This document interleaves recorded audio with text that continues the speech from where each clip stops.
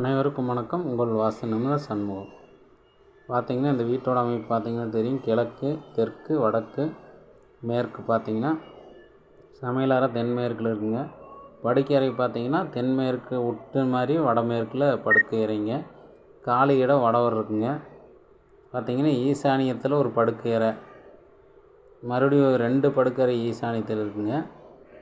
குளியல் அறையும் பார்த்திங்கன்னா பூஜை அறை ஈசானியத்தில் இருக்குங்க. வடகிழக்கு பார்த்திங்கன்னா மாடி படிக்கிட்டு இருக்குங்க.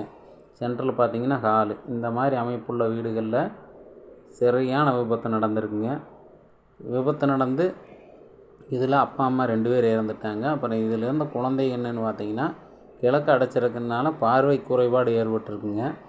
அதனால் இந்த மாதிரி ஈசானிய வெட்டுப்பட்ட அமைப்பில் இது மாதிரி வீடு கட்டி இருக்காதீங்க. இது மாதிரி வீடு கட்டினீங்கன்னா ஆண் வாரிசுகளுக்கு பிரச்சனைகள் அதிகமாக இருக்குங்க. ஆண் வாரிசுகளுக்கு பிரச்சனை இல்லாமல் இருக்கணும்னா இந்த மாதிரி அமைக்காதீங்க. சமசதுரமாக அமைச்சு வாஸ்து முறையில் படுக்கை அறை, கிச்சனு எல்லாமே சரியாக அமைச்சுக்குங்க. இந்த மாதிரி தப்பான இடங்கள்ல அமைக்கும்போது ஆண்களுக்கு தான் பிரச்சனை அதிகமாக இருக்குங்க. ஆண்களுக்கு எப்பேற்பட்ட பிரச்சனைகளும் வரலாங்க. நன்றி, வணக்கம்.